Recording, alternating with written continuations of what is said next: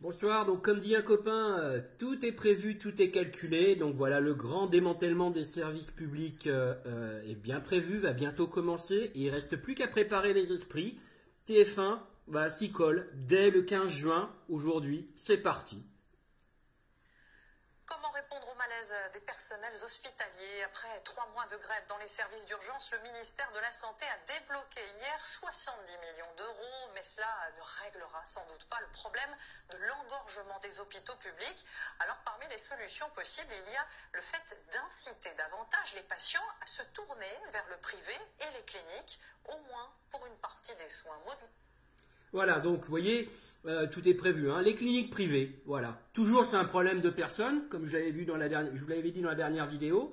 Ils mettent bien en avant qu'il y a un problème d'engorgement, il y a trop de gens, trop de patients, c'est pas une question de moyens. La solution, les cliniques privées, ça va être ça pendant des mois. Et ça a commencé sur TF1 aujourd'hui. On a tous vu des posts sur Facebook qui nous expliquaient comment amener la population, la masse de gens à comprendre, à se détourner du public vers le privé, en appauvrissant le public, en diminuant les moyens, en emmenant le public dans le mur, que ce soit pour les hôpitaux, ça va être pareil pour l'école. Écoutez bien, le petit reportage, magnifique propagande. On est préparé tranquillement, petit à petit avec de la vaseline. Même pas de vaseline du tout d'ailleurs. Corinne Chevreton et Mystère. Des patients qui attendent dans les couloirs sur des brancards, vous n'en trouverez pas ici. On va rentrer dans le service. Le service d'urgence de cette clinique privée en a fait une règle d'or. Nous avons un service qui est assez grand et qui permet l'accueil immédiat des patients en brancard. Ils rentrent directement dans le service. Ils attendent dans la salle d'attente que les patients qui viennent par leurs propres moyens ou qui sont en capacité de rester assis. Aïché habite tout près d'un hôpital public. Non, je ne l'ai pas eu. Mais elle a préféré faire 15 minutes de route pour venir jusqu'ici, car elle attend beaucoup moins longtemps. Vous avez attendu combien de temps avant d'être prise en charge? Même pas une heure, même pas une heure. Donc ça change tout. Ah bah oui. En plus d'avoir gagné du temps, elle ne payera pas plus cher que si elle était allée dans un hôpital public. Quand il s'agit des urgences, les cliniques privées ne pratiquent pas de dépassement d'honoraires. Qu'on soit à la clinique ou à l'hôpital public, le coût de prise en charge est exactement le même. Il n'y a aucune différence.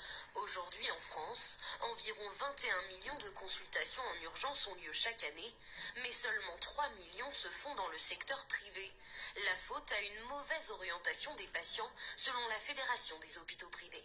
Les pompiers et le SAMU adressent à 95% les patients vers l'hôpital public.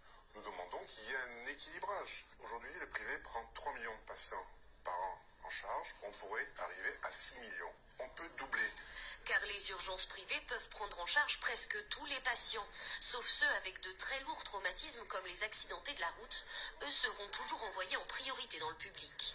Les cliniques privées n'ont pas forcément tout le plateau technique, n'ont pas forcément tous les moyens que nous avons dans le service public. Donc d'un coup, ils peuvent réorienter et ils réorientent en fait des malades qui ne peuvent pas prendre en charge. Aujourd'hui, il existe plus de 120 services d'urgence privés un peu partout en France.